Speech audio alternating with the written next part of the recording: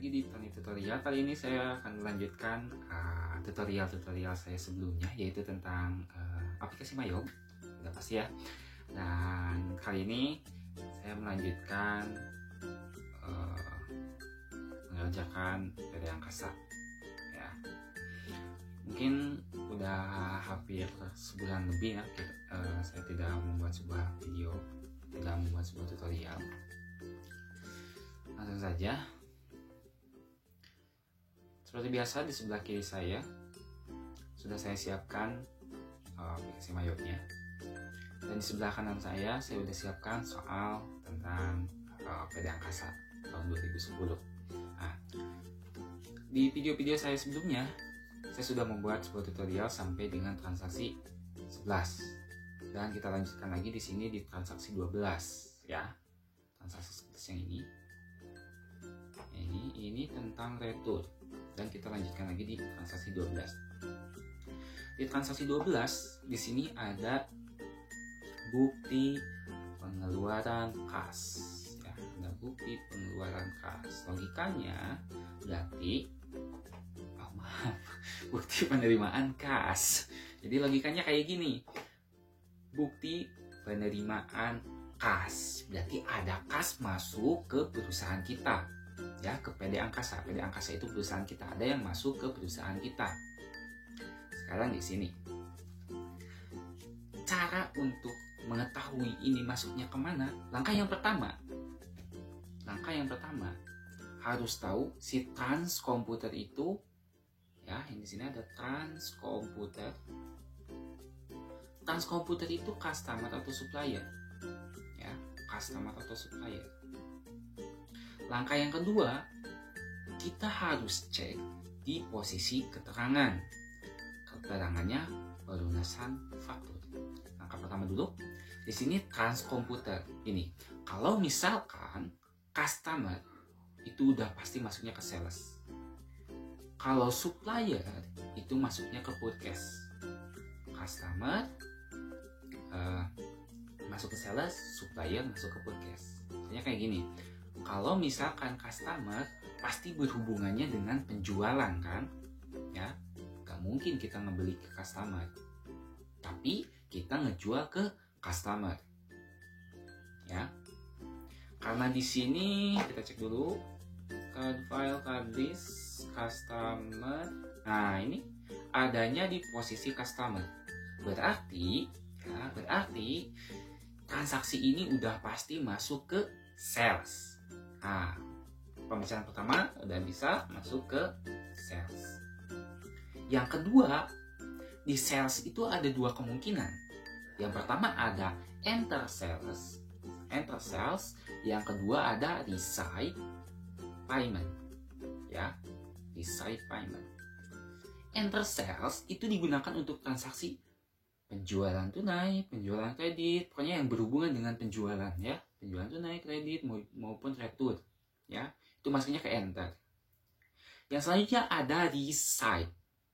Receive payment itu digunakan untuk transaksi pelunasan faktur ya, pelunasan faktur piutang. Oh, jangan sampai salah. Enter sales digunakan untuk transaksi penjualan, mau tunai, kredit, ataupun retur.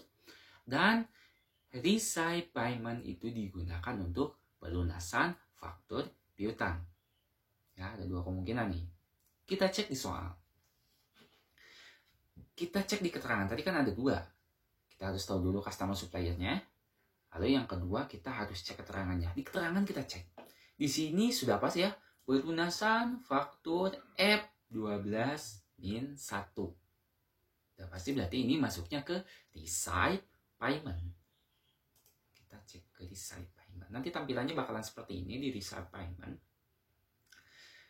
Di sini di pelunasan fakturnya, pelunasan faktur F12-1 tanggal 6 Desember 2010 dikurangi dengan sales retur.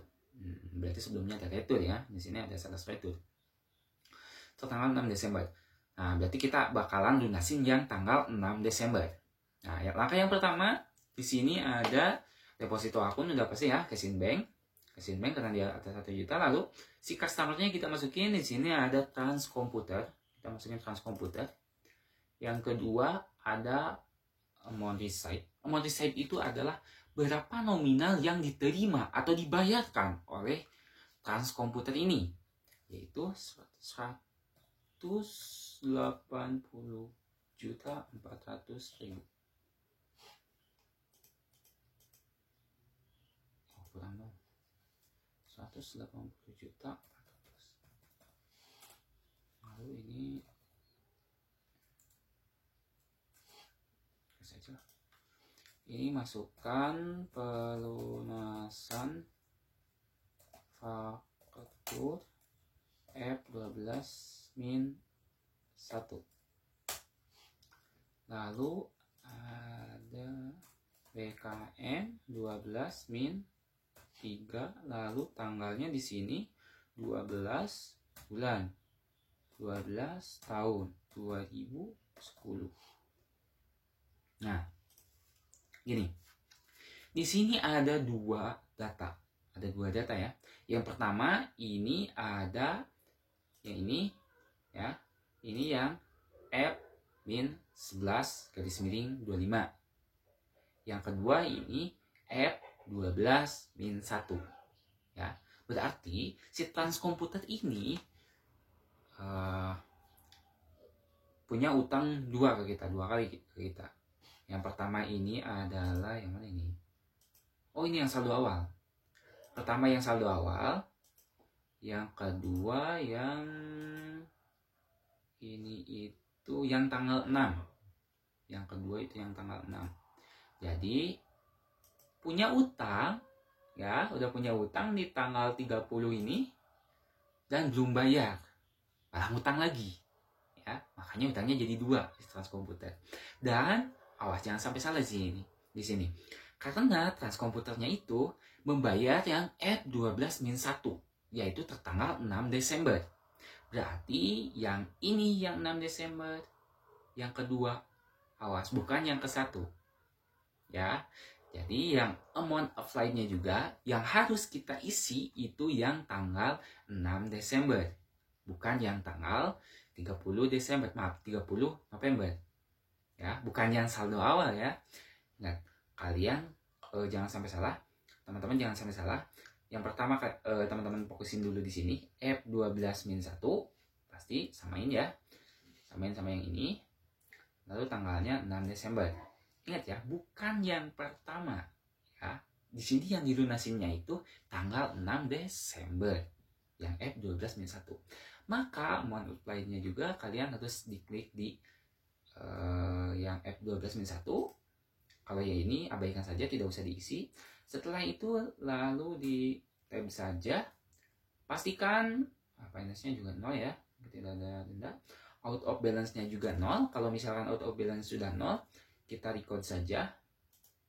Record. Kalau misalkan udah hilang seperti ini, maka transaksinya itu sudah masuk atau sudah terrecord ya.